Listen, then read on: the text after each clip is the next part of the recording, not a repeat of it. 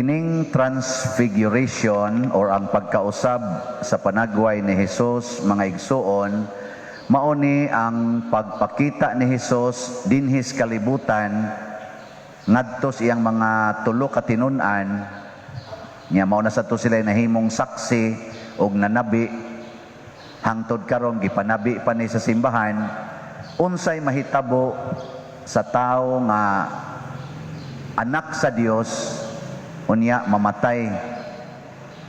Basta anak sa Dios unya mamatay, gipakita ni Hesus nga munindot daig maayo ang atong naong, munindot ang atong isulob. Di ba kanang minatay ang pinakanindot man na inyong isulob, no? Sa minatay ba? Oh, pinakanindot na magani uban magpatahi gyud iyang kanang isusulob inig kamatay niya kay mao gyud to isulob di gyud to isulob og laing adlaw inig kamatay ra gyud to ana. Pero inig habwa na to slungon after 6 years awa naman bati naman kay naong bati kay naong kanang imong tupad ingna kuno na nangandam na kag isulob para sa imong kamatayon. Pangutan ako na kay magpanindot man kita ana nya ningon si Jesus nga ang nindot day kaayo nga isulob inig kamatay nato kanang anak gidtas Ginoo mao bitaw nga ang iyang pag-ampo nga gitudlo nato amahan namo nya kay nagkaduol naman ang kamatayon ni Jesus gasige naman siya istorya siya mga apostoles nga hapit na kupatyon ang mga apostoles naguol unya nagunahuna sila pastila no mamatay ni Jesus ingon si Jesus tanawa ha unsay mahitabo nako inig humag kamatay purting gilakas iyang naong purting nindutas iyang gisulob nya kamo gusto mong mamatay nga anak sa Dios. Nay nitubag. Kamu day diha, wa mo nagtingog. Kamong choir, gusto mo mamatay nga anak sa Dios? Nindot kayong choir, tubagin na sila. Lektor, gusto mong mamatay nga anak sa demonyo? Dili. Mao na, mudili gidenta basta maingon anak sa demonyo. Hadlok ay tanang anak sa demonyo. Pero ang atong binuhatan, duol-duol gyud, hapit tanan, pulos pang demonyo. Kanang magpakolor kas imong buhok, sa Ginoo na o sa demonyo? Kanang mangiskis kas imong kilay, sa Ginoo na o sa demonyo? Kanang mangural kas imong balay, sa Ginoo na, sa demonyo? Kanang makigkihag yung kanang utlanan sa yuta, sa Ginoo na o sa demonyo? Kanang mga bit ka, manugal, mag-inom, kanang magsigi kag pamalikas, magsigi yaw-yaw, sa Ginoo na o sa demonyo? Kanang mamaka ka, sa Ginoo na o sa demonyo? Kanang magsigig tinapulan, siging duwaan ng computer, siging Facebook, siging selfie, hiwi-hiwi anang naong, sudlot-sudlot anang simod, libat-libat anang mata, niya i-post dayon.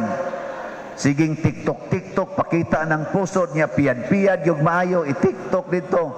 Tanaw lang sang pari, usahay. Unsa man na? Sa kuana? Sa Ginoo na, sa demonyo? Kay bao man day mo, nakaron. Unsa man ray inyong kasagarang gibuhat? Pang Ginoo o pang demonyo? Ginonyo. Ang tubag ba? Ginonyo. Pang Ginoo, pang demonyo. Unya, hadlok tag demonyo. Pero ang atong gisunod dinis kalibutan, ang demonyo. Mauna ang amahan diri sa atong ebanghelyo, misulti didto sa panganod og miingon, kini ang pinangga kong anak. Nganong pinangga man niya si Jesus? Kay matod pa ni Jesus, wa ko'y gibuhat bisan unsa nga dili kabubuton sa akong amahan. Kamong mga ginikanan, kung ang imong anak magsigig tuman sa imong gisugo o sa imong gisulti, pinangga ba na nimo o imo nang dumtan? Pinangga. Kanangga sigig supak nimo bisag unsay imong isulti, supakon gyud. Ingnon nimo nga ayaw patukhang, magpatukhang gyud uyab. Ingnon nimong ayaw suyop, mo suyop gyud. Ingnon nimong eskwela, mag-standby ras kompyuteran. Ingnon nimong panglaba, di gyud manglaba, magligid-ligid la sigdaanan. Ingnon nimong ayaw kaon, muhabhab na noog maayo, dako ra ba kay kaon. Unsa man, imo ng panggaon o imo ng kalagutan? Istoryahe. Oh, ingon Ginoo, kini ang pinangga kong anak kay si Jesus kusog kay mutuman sa sugo sa amahan. Nya gisumpayan dayon sa tingog sa amahan. Sa to? Pamati kamo kaniya. Pasabot, mahimo sad mo nakong mga pinangga nga anak basta magsigi mog paminaw sa akong anak. Nya unsa may sugo ni Jesus? Kun mosunod mo nako, dumte, biyae ang inyong amahan, inahan, asawa, bana, anak, balay, apil ng inyong kaugalingon. Hala, sige. Saman, maminaw mo ni Kristo o dili? Nya, inyo narong dumtan inyong mama, inyong papa, inyong bana, inyong asawa. Kamong mga bana, magdumot na mo sa inyong asawa aron musunod ni Jesus. Ha? O magdumot ka sa imong asawa kay musunod sa kabit. Abe, kamong mga asawa, magdumot na mo sa inyong bana aron sundon si Jesus. Tubag. Kana. Ay sakto. Usaragi mo tubag. Usaragi bakako ninyo. Joke. Bitaw, joke lang na. Kanang, congratulations sa musunod ni Kristo. Nga naman, inigsunod nimo ni Kristo, isip asawa, nya dumtan nimo imong bana, moingon day ka, Lord, I will follow you. Musunod yun ko bisag kung sa imong isulti, kay sugo na samahan. Moingon dayon si Kristo, asawa, sunda sa tanang higayon ang imong bana. Ayaw supak-supak niya, ayaw buwag niya, pagpakamatay para niya. Di mo balik din kasi imong bana. Ni nagidumtan ko na magitaning buang-buang dako. Pero unsaon man gyud nga sugo mas Ginoo, higugmaon ko ning yawaan ni. Na din adyo ka mo buwag niya, bisag kulatahon pa ka moingon adyo ka, nothing gonna change my love for you. Ing kadiin man ka ana, siya, akong gugmas Ginoo. Mao na si Abraham sa unang pagbasa, kay gihigugma man niya ang Ginoo labaw sa iyang anak, bugtong niyang anak. Iya pagitong naangkon tong anaka when he was already 100 years old. Pinangga gito kay niya, kay maura gito'y gipaabot niya nga anak, gipangayo niya sa Ginoo. Pero pag abot og 12 anyos, mga 12 anyos, giingnan siya sa Ginoo, dadaan ang imong anak ngadtos bukid nga akong itudlo nimo, nya ihawa na didto sunuga nga halad para nako. Nisunod ba sa Abraham? Wa. Kamong mga ginikanan ron dinhi, ihawa ang inyong mga anak. Sunod mo dili. Yawan on mo. Mauna usahay, mas pinangga ninyo inyong anak kaysa simbahan. Muna moingon ang simbahan, ayaw mo pagdag mga bata din hisod simbahan, magdag yung bata. Kay pinangga ang bata kaysa simbahan. Maunang sige na lang hinuon ning balik-balik atong COVID. Hasta nga atong talahorong arsobispo sa Sugbo na apil na sa COVID o ang mga pila ka pare. Uy siguro ani kaning gawali hapit na sad ni.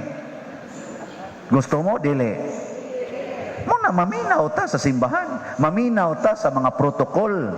Nya di man ka maminaw kay pinangga gyud di gyud ko ni pwedeng ibilin. Ibilin na didto so unyag mamatay pa dir. Ay sagdahi, total na may Ginoo.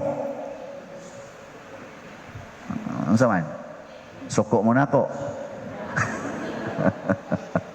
Di lagi ta maminaw, mas pinangga ang asawa kaysa Ginoo. Muna nga bisan ang asawa muingon nga ayaw simba, ayaw pagli-minister, muundang sa pagkali-minister, kay masuko ang asawa. Ay, biyain ang asawahan na, oy. Niya mas daghang lektor din ilisig lektor. Da. Wa ko maingon ha nga mag-sex mo. Anang di bitaw. Kana bang ayaw higugmaa ang tao labaw kay sa Ginoo. Muna sa Abraham gipakita niyang giihaw niyang iyang anak. Pero pagdayon niyang ihaw, ang Ginoo mismo mo'y miingon, ayaw ipadayon. Nasayod nako nga mas musugot gyud kanako, muna nga gikan karon tagaan ti ka sa daghan kay nimong gipangayo ang imong anak imbis usa ka buok mahimo nang pariha kadaghan sa bituon sa langit ug bas sa baybayon. Kamo moingon mo nga pinangga kay kuni akong mama, mauna nga ingon man to akong mama nga kining kural ay ginig-usba ha kay ako joy nagpakural ana. Pinangga kay nako kong mama, bahala na mog malunupan mo des tubig kay kani hinimo nis akong mama. Mura bag tinahod kay nato ang atong mama. Nyag mo ingon ang Ginoo, ayaw na mo anang pangural, ayaw na mo anang pangangkon anang yuta, pag sabot-sabot na mo, pag hinatagay na mo anang mga luna sa yuta. Mayin ko ayaw kay sa ako guning mama gud maugo ni ilang kuan inheritance. Hay man roy mas importante ang imong katigulangan o ang Ginoo. Sige. Si Kristo nasuko sa mga Parisiyo usa ka higayon ni ana kay nganuman mas gituman nila ang gisultis ilang katigulangan kaysa gisulti sa Ginoo. Masuko sila sa ilang isig katao kung musupak sa gisultis ilang katigulangan ni apil pag nilag kasuko si Kristo kay wa mutuman sa mga balaod nga gipatuman sa ilang katigulangan. Dili naman hinuon musunod sa Ginoo. Muna ka mo sunod mo sa Ginoo ha. Saman, sunod dili. Karon ang Ginoo nag-ingon.